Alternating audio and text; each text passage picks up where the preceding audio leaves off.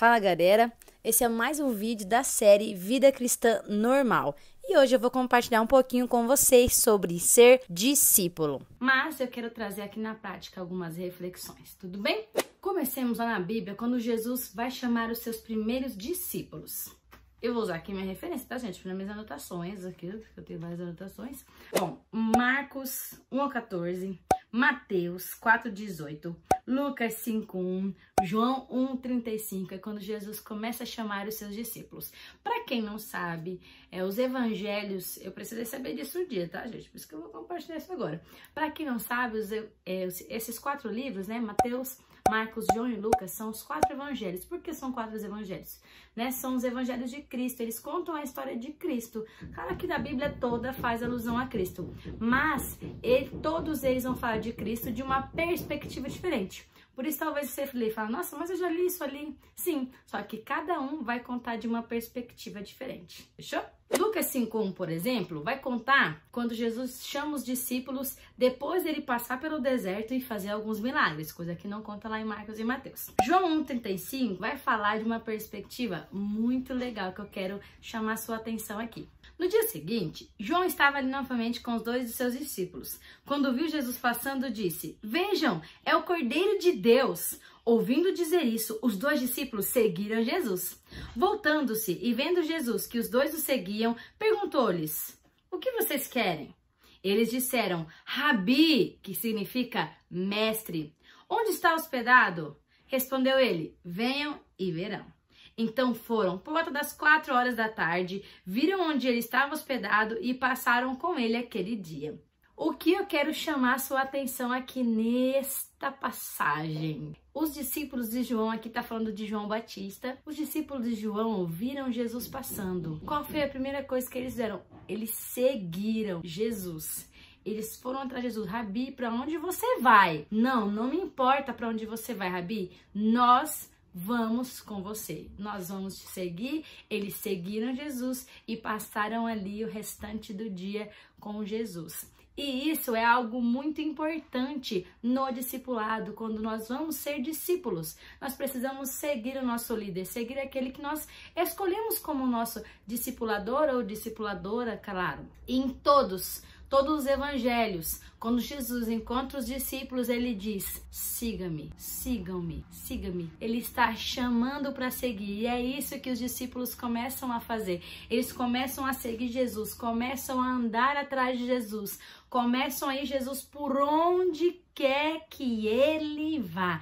Eles vão andando atrás de Jesus, conhecendo quem é Jesus, aprendendo com Jesus, aprendendo com a vida de Jesus, com as atitudes de Jesus. Eles estavam ali presenciando os milagres, presenciando as curas, presenciando o caráter de Jesus, a maneira como ele tratava as pessoas. Eles estavam lá quando Jesus fez os milagres. Quando Jesus fez o milagre do casamento, os discípulos estavam lá. Quando os amigos desceram ali o paralítico na maca, eles estavam lá. Quando aconteceu a multiplicação dos pães, eles estavam lá servindo o mestre. Nas parábolas, eles estavam lá. E nas parábolas, eu quero te chamar a atenção. Em Mateus 13:10, olha só o que a Bíblia diz.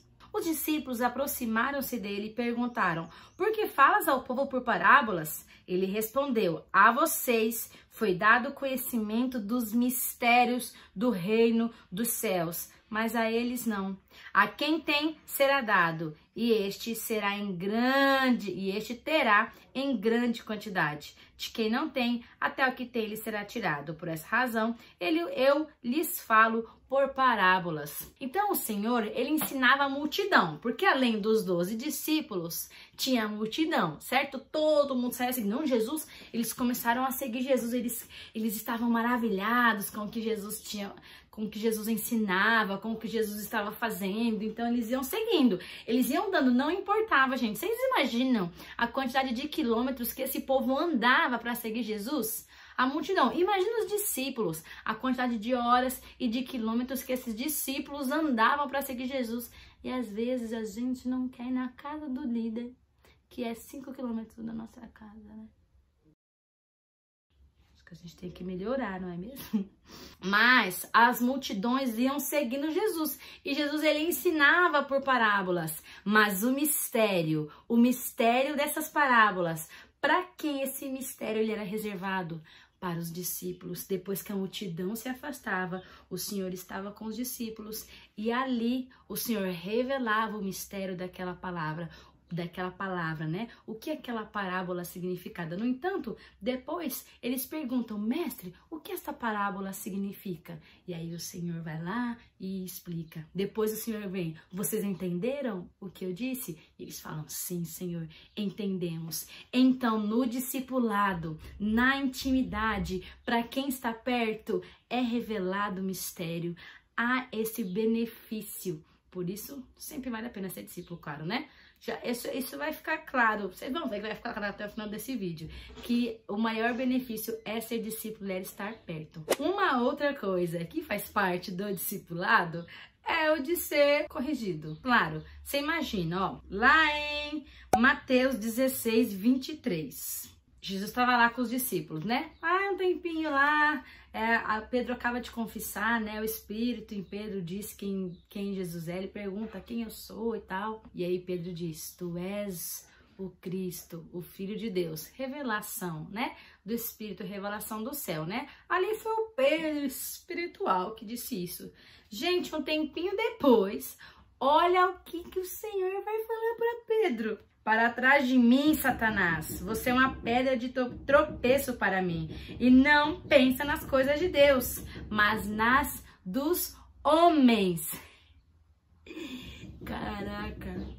Caraca. Se eu e você escutamos uma palavra dessa do nosso líder, do nosso pastor, chamando a gente de Satanás, falando, sai daqui, isso é uma pedra de tropeço, o que a gente vai fazer? Vamos ficar magoadinho, vamos sair da igreja, né? A gente vai vazar. Mas isso é comportamento de discípulo? Não é comportamento de discípulo. Pensa, por que isso aqui foi o Pedro natural? Por que o Senhor corrigiu o Pedro dessa forma? Porque o Senhor estava falando, estava predizendo sua morte, falando o que ia acontecer com ele. E Pedro chegou lá e falou assim, não, Senhor, isso não pode acontecer com você. Ele falou, não. Por quê? Porque o Senhor sabia que isso tinha que ser cumprida a palavra do Pai. E aí, não, pera, o Pedro natural. E isso acontece com a gente. A gente erra naturalmente. O nosso homem natural, ele vai aparecer, gente. Não, talvez você não errou, né? Porque só eu errei. Só aquele natural apareceu muitas vezes e errou ali com a Adeline, errou com o Deivão. Mas muitas vezes, recentemente, finalzinho do ano ali, fiz uma cagada assim, ridícula, desnecessária. Mas amém, fui corrigida e pronto, não vou errar mais naquilo, faz parte. Os discípulos também estavam junto com Jesus quando ele purificou o templo. Você imagina, cara, a ira de Deus, né? Porque o Senhor Jesus, ele era 100% homem e era 100% Deus. A ira ali do Senhor quando viu aquilo, né? Quando eles estavam fazendo aquilo com o templo do Senhor. E os discípulos estavam lá quando viu Jesus daquela forma. E onde é que eu quero chegar com tudo isso? Que o discipulado, ele se dá no relacionamento. É na intimidade, é no dia comum, é você sair para tomar um café, é você tomar um tereré, é você pegar uma carona, como por exemplo, gente, eu tenho que dar o meu exemplo porque é o que eu vivo, né? E você pode, claro, deixa aqui no comentário um exemplo seu. Deixa eu no vácuo, por favor. Deixa aí no comentário algo que você fez de dia comum, hashtag discipulado, dia comum, fazer igual a Natália Arcuri. Porque discipulado é seguir o seu líder, é estar junto com o seu líder. Não é o seu líder lá e você aqui. Você nem sabe onde é que o seu líder tá, você nem sabe onde é que ele foi. E seu líder? Eu não sei. Tipo, cara, opa, pera, não, eu sigo meu líder, eu sei onde os meus líderes estão. Eu vou dar meus exemplos, né? Antes de ser discípula, eu era amiga da Adeline. A gente fazia faculdade juntas, né? Nós fizemos 4 anos de faculdade juntas, né? De artes cênicas e dança. Aí foi o primeiro ano, no segundo ano a gente se aproximou mais, nós começamos a fazer alguns trabalhos juntas, porque ela veio morar no Itamaracá, e aí eu pegava carona com ela. E aí depois a universidade mudou para 20 quilômetros da nossa casa. E a gente ia junto, então é tipo 40 minutos para ir, meia hora para voltar. Então você pensa o tanto que essas duas mulheres falavam. Porque as duas falam pra caramba, então nunca faltava assunto. A gente conversava muito sobre tudo, tipo, tudo mesmo. Aí começamos a fazer estágio juntas, começamos a fazer tudo juntas, sim, muitas coisas juntas. Então nós fomos desenvolvendo esse relacionamento e desenvolvendo uma intimidade muito grande, sim, muito grande. Ela se tornou ali uma das minhas melhores amigas, né? Ela conhecia muitas coisas minhas, muitas coisas íntimas, e eu conhecia coisas dela, ela desabafava no carro, eu desabafava coisa minha. Então não tinha um limite, né? Uma e a outra ia abrindo o coração.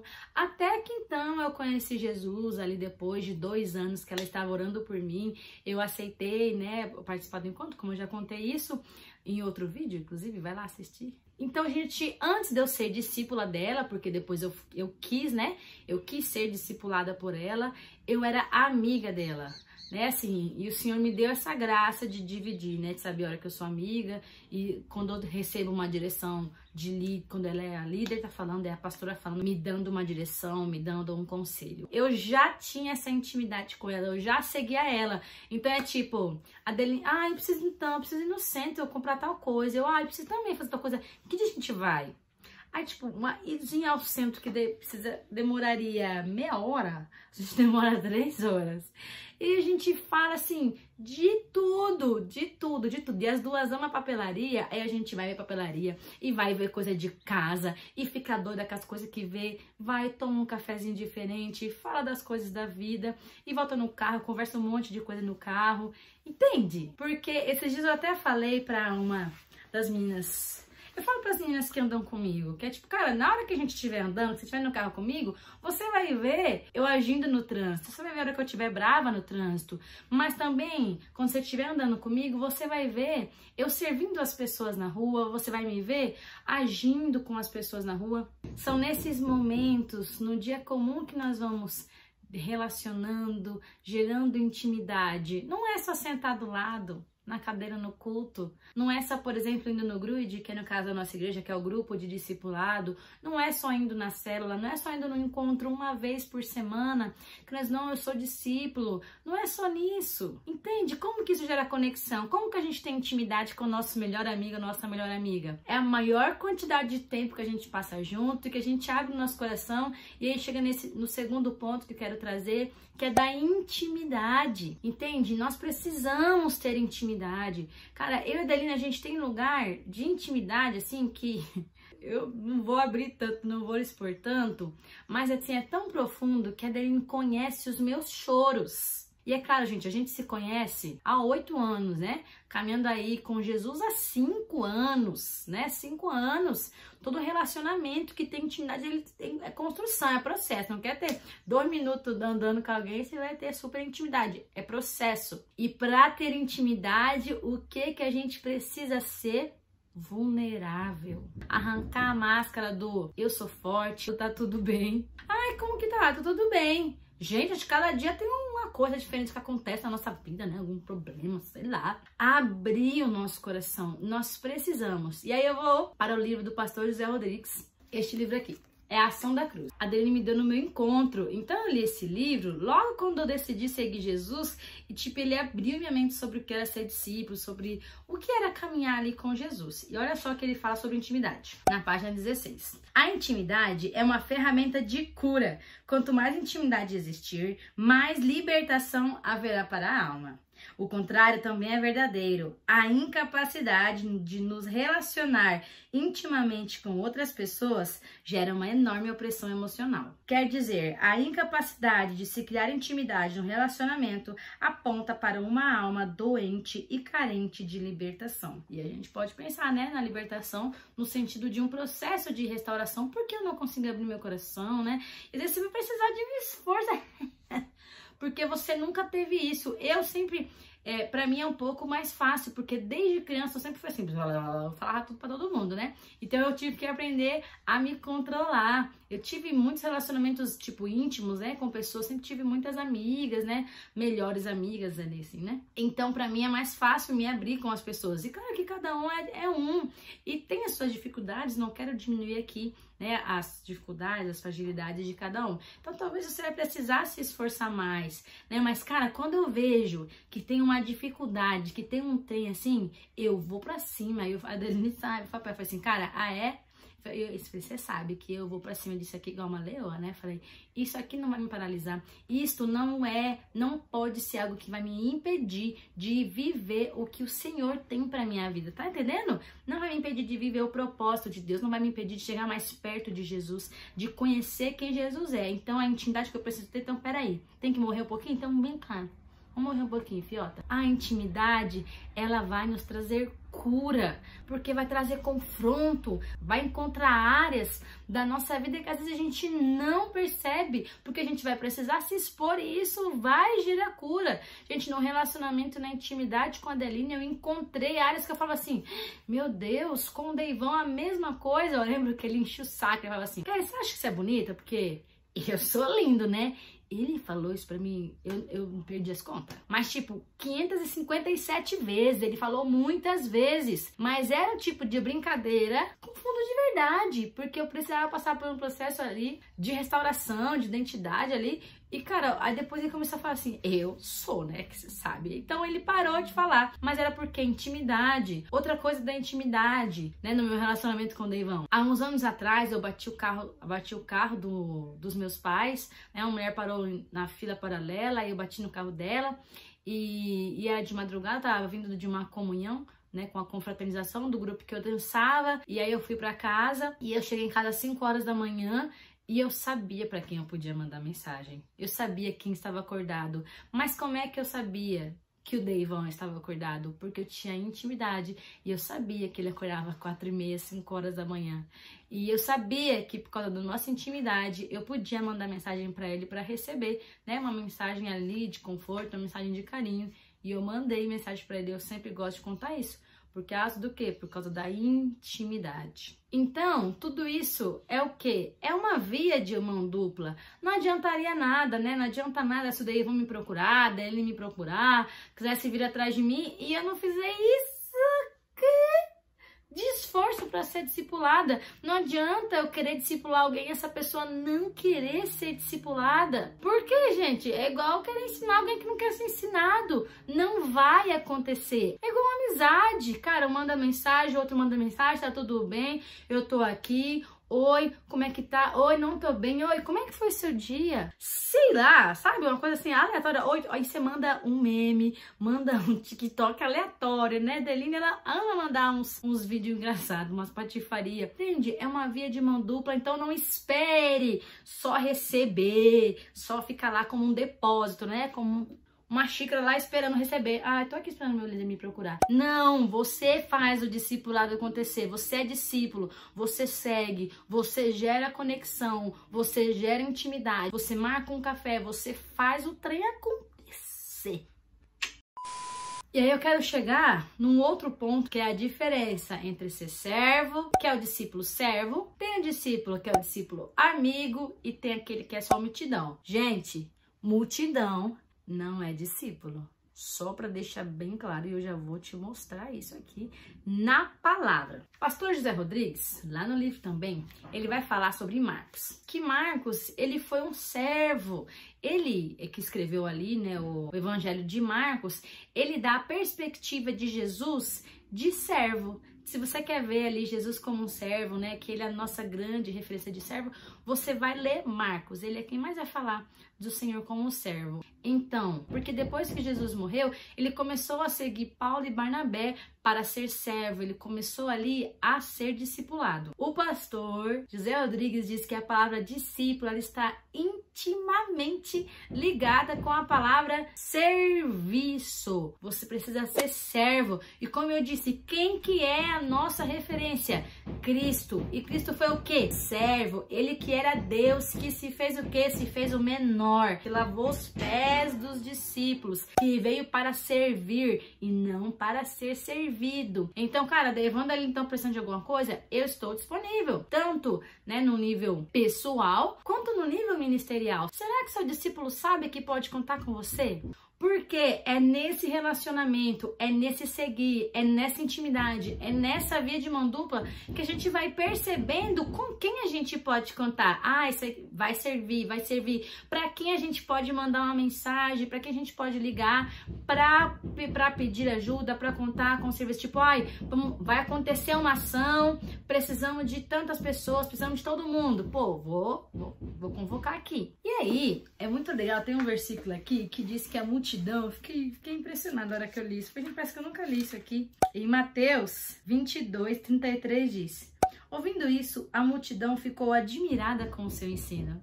Talvez você ainda está como multidão, só indo lá, tá indo na igreja, recebeu uma palavra, ficando admirado com a palavra, indo embora. Talvez você está fazendo só isso, mas isso é ser multidão, isso não é ser discípulo. A multidão, ela seguia Jesus por quê? Porque ela estava atrás de algo, a multidão queria receber a palavra boa, queria receber os milagres. E quando Jesus, olha só o que acontece lá em João 6:60. Ao ouvirem isso, muitos dos seus discípulos disseram: dura é essa palavra? Quem pode suportá-la? Sabendo em seu íntimo que seus discípulos estavam se queixando do que ouviram, Jesus lhes disse: isso os escandaliza? Que acontecerá se vocês virem o Filho do Homem subir para onde estava antes? O Espírito dá vida. A carne não produz nada que se aproveite. As palavras que eu disse são espírito e vida. Contudo, há algum de vocês que não creem.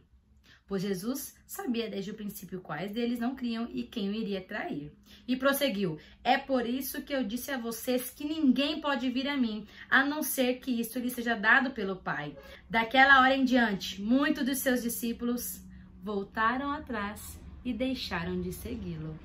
Jesus perguntou aos 12: vocês também não querem ir? Simão Pedro lhe respondeu: Senhor, para quem iremos? Tu tens as palavras de vida eterna. Nós cremos e sabemos que és o Santo de Deus. Então pensa aqui nesse momento de dura é essa palavra. Quem vazou? A multidão. Às vezes a gente recebe uma palavra dura e fala: ai, doeu. Igual quando eu falei lá de Satanás, a reda de Satanás. A gente escuta uma palavra dura, uma correção, a gente ouve que a gente não quer, porque a gente quer fazer só os nossos desejos, né? Só a nossa vontade, só que nossa carne, nosso coraçãozinho caído, porque o mau desejo já está em nós. A gente quer fazer só o que o nosso mau desejo quer. Então, quando a gente recebe uma direção, nós não queremos fazer. Quando a gente recebe uma direção contrária, a gente fica magoadinho e faz o quê? Deixa de seguir. Mas, gente, foi muito legal que uma pessoa comentou a caixinha de pergunta e compartilhou a experiência dela, assim, muito lindo, e disse que ela entendeu o que era o discipulado quando recebeu uma direção contrária ao que ela acreditava, mas que ela entendeu o lugar de honra e de obediência à liderança. E quando ela obedeceu aquela palavra, ela colheu a recompensa, ela colheu os frutos da obediência. E olha só o que Paulo diz em Hebreus 12:11. Quando somos corrigidos, isso no momento nos parece motivo de tristeza. Quem gosta de ser corrigido, gente? Eu tô falando que a gente quer vazar, mas eu também não gosto de ser corrigida, não. Ninguém gosta de ser corrigida, né? Então, ela parece motivo de tristeza e não de alegria. Porém, mais tarde, os que foram corrigidos recebem como recompensa uma vida correta e de paz. Então, o que é melhor, gente?